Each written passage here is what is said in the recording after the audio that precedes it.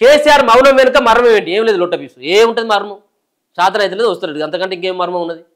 కేసీఆర్ మౌనం వెనుక కేసీఆర్ అసెంబ్లీకి రాకపోయా, సమావేశాల్లో పాల్గొనపోయా, మన కాళేశ్వరం పైన డిస్కషన్ అయితే ఇప్పటి వరకు ఈ ఉన్నటువంటి 20 నెలల కాలంలో కేసీఆర్ బడ్జెట్ సెషన్ 2 బడ్జెట్ సెషన్లు మాత్రమే వచ్చింది తప్పించి అసెంబ్లీ సమావేశాలు ఒక్కరోజు కూడా అటెండ్ కాలేదు. కానీ ఇచ్చేటువంటి జీతాన్ని తీసుకుంటా ఉన్నాడు, ఇచ్చేటువంటి జీతాన్ని తీసుకుంటున్నాడు. కానీ అసెంబ్లీకి అయితే వచ్చి ప్రజా సమస్యల పైన మాట్లాడినటువంటి దాఖలు అయితే లేవు.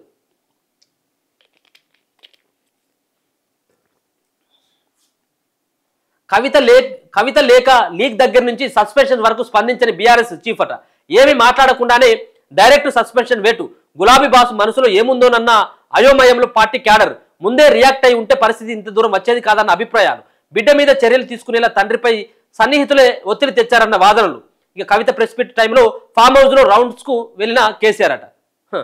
ఆమె ప్రెస్ మీట్ పెడతా ఉంటే ఈయన ఫామ్ హౌస్లో తిరిగి వస్తా ఉన్నాడట. పంట ఎండిపోయిందా, ఇంకే యూరియా అన్న దానికి ఇంకేమన్నా మందు కొట్టాలని చెప్పేసి ఆ రౌండ్స్ వేస్తా ఉన్నాడట ఆయన. అంటే కవితను అసలు కేసీఆర్ పట్టించుకోవట్లేదు. కవిత ఎపిసోడ్పై బీఆర్ఎస్ అధినేత కేసీఆర్ ఇప్పటికీ స్పందించడం లేదు.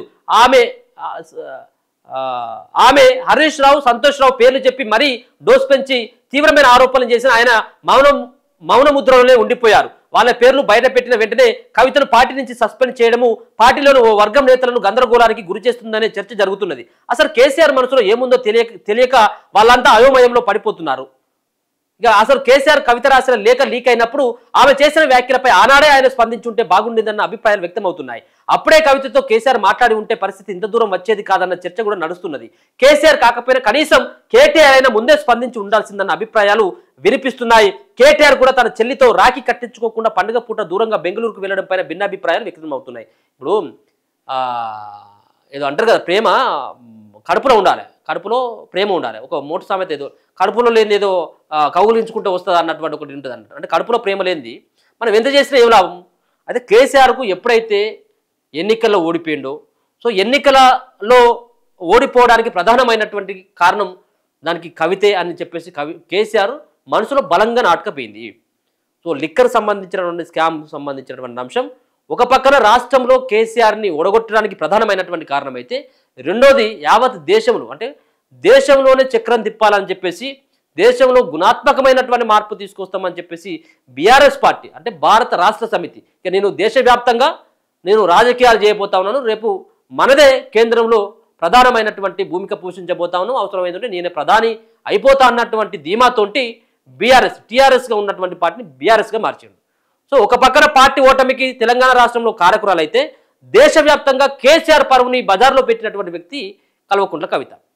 అందుకని చెప్పేసి కవితను దగ్గర కూడా రానియలేదు కేసీఆర్కి. అందుకని చెప్పేసి కవితతోటి మొత్తానికే తెగదెంపులు తెప్పుకోవాలన్నటువంటి అభిప్రాయం కేసీఆర్ మనసులో ఆ రోజే నాటకపోయింది.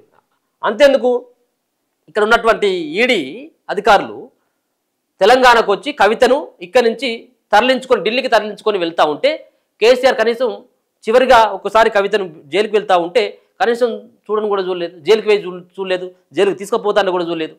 సో అంటే ఆయన ఒక రకంగా కవిత విషయంలో ఆయన చాలా అప్సెట్లో ఉన్నాడు. కవిత చేసినటువంటి పనికి ఆయనకు ఇంకా కూడా జీర్ణించుకోవట్లేదు. ఆమె చేయబట్టే పార్టీ ఓడిపోయింది, ఆమె చేయబట్టే పరువు పోయింది అన్నటువంటి భావనతో ఆయన ఉన్నట్టుగా స్పష్టంగా అర్థమవుతా ఉన్నది.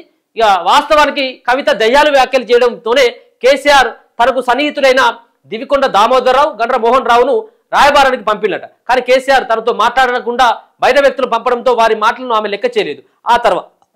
ఆ తర్వాత వెంటనే కవిత మీడియా చిట్ చాట్లో తన అన్న కేటీఆర్, బావ హరీష్ పై పరోక్షంగా ఆరోపణలు చేశారు. అప్పుడైనా కేసీఆర్ టచ్లోకి వస్తారని ఆమె ఆశించిన ఆయన నుంచి ఎలాంటి స్పందన రాలేదు.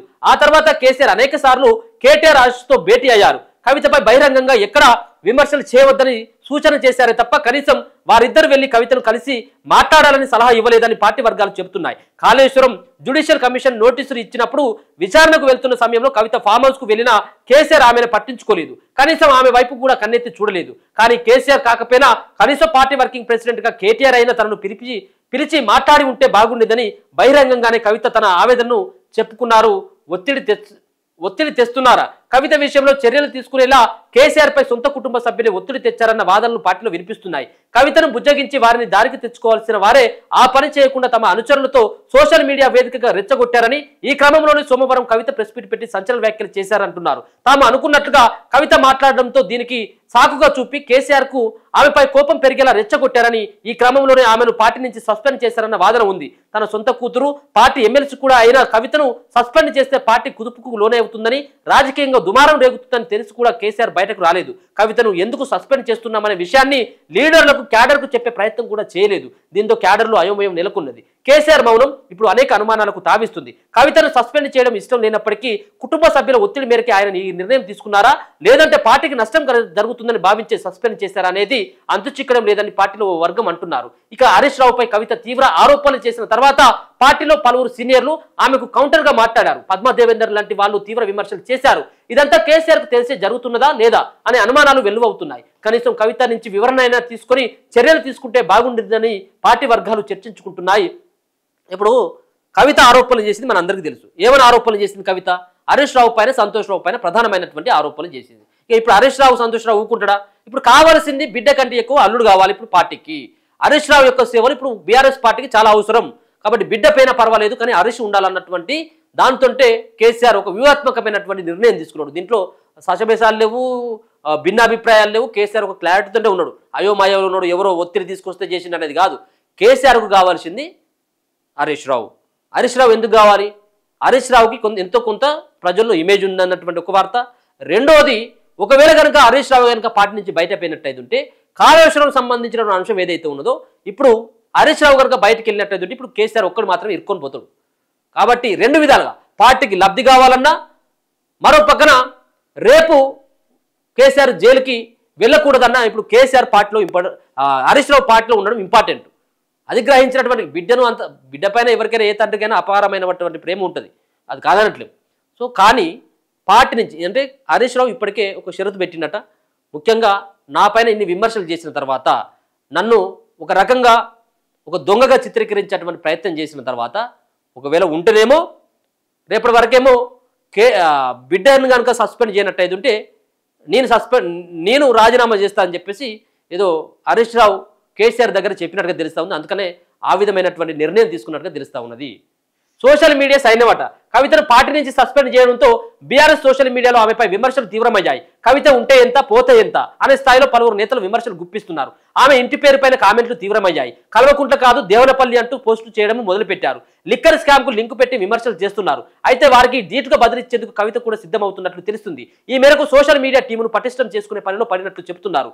ఇప్పటికే ఈ విషయాన్ని ఆమె బహిరంగంగానే చెప్పారు. తనపై ఎంత ట్రోల్ చేస్తారో అంతకు రెట్టింపు ట్రోల్ చేస్తామని కూడా ఆమె మొన్న హెచ్చరించడం జరిగింది. సో మొత్తానికైతే మాత్రం జరుగుతున్నటువంటి వ్యవహారం ఇది. కేసీఆర్కు అంత తెలిసే జరిగింది. ఆయన ఏం ఒత్తిడిలో లేడు. ఆయన మౌనం వెనుక మర్మం ఏమీ లేదు. కావాలనే కేసీఆర్ కవిత ప్రెస్ మీట్ చూడలేదా? కవిత సరిగ్గా ప్రెస్ మీట్ పెట్టే సమయంలో కేసీఆర్ తన ఫామ్ హౌస్ లో రౌండ్స్ కు వెళ్లారు. 3-4 కార్ల కాన్వాయ్తో ఫామ్ హౌస్ లోని పంటలను పరిశీలించేందుకు వెళ్లారు.